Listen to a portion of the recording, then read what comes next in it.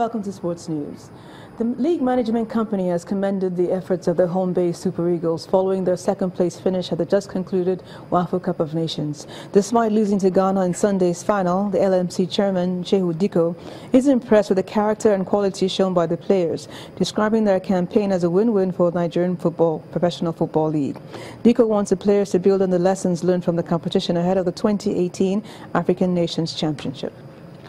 And elsewhere, West Brom midfielder Gareth Barry has broken the all-time Premier League appearance record after his starting side's 2-0 loss to Arsenal.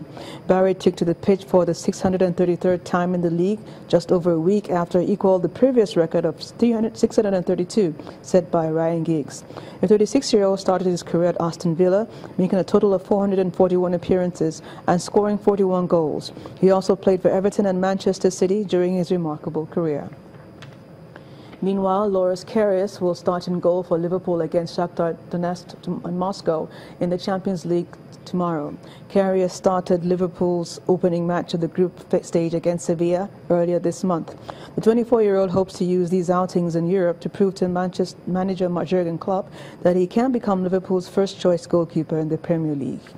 And Manchester City manager Pep Guardiola has warned his side not to underestimate Shakhtar Donetsk ahead of the UEFA Champions League clash tomorrow, that's Tuesday.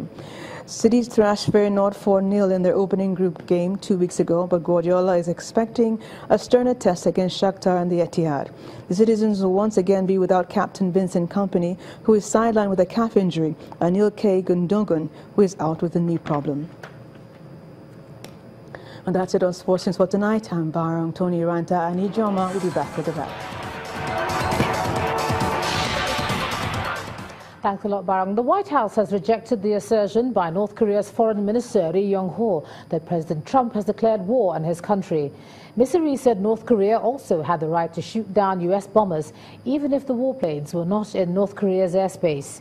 Ri's comments were a response to Trump's tweet that the North Korean leadership would not be around much longer if they continued their rhetoric. The White House spokesperson Sarah Sanders called North Korea's assertion absurd. We move on to entertainment news tonight, and one half of P.4, Pt.4, makes moves to leave the group for good. Here's Mayowa Ogundele with more. Many thanks. Emerging Afropop and R&B soul fusion singer Imanse treated a select group of fans, friends and family to an exclusive show at a debut concert, which also marks the unveil of her first body of work titled Hard-Earned Feelings. Production credits on the 7-tracker project go to award-winning musician Kobamza Sukwo, as well as DJ Kublon and Icon, amongst others. The event, which held over the weekend in Lagos, southwest Nigeria, also featured performances by fellow emerging acts, including soul singer Maka.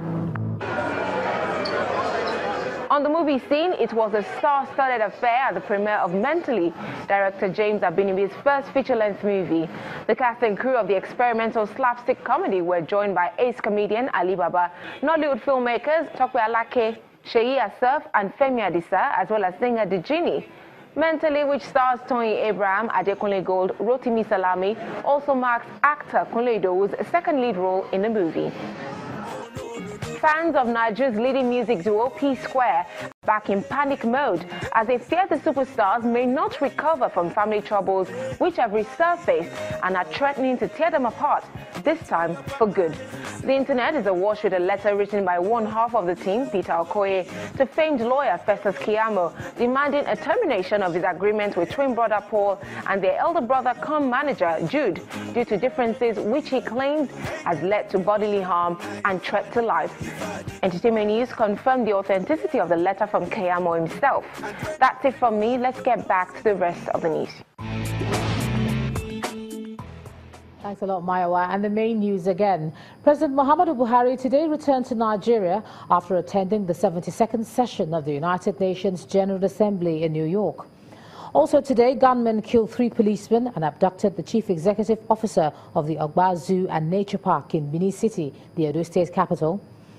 And North Korea today accused the U.S. of declaring war and said it had the right to shoot down U.S. bombers. That's the news at 10 tonight. Thanks a lot for staying with us. I'm Ijoma Bunyato. Good night.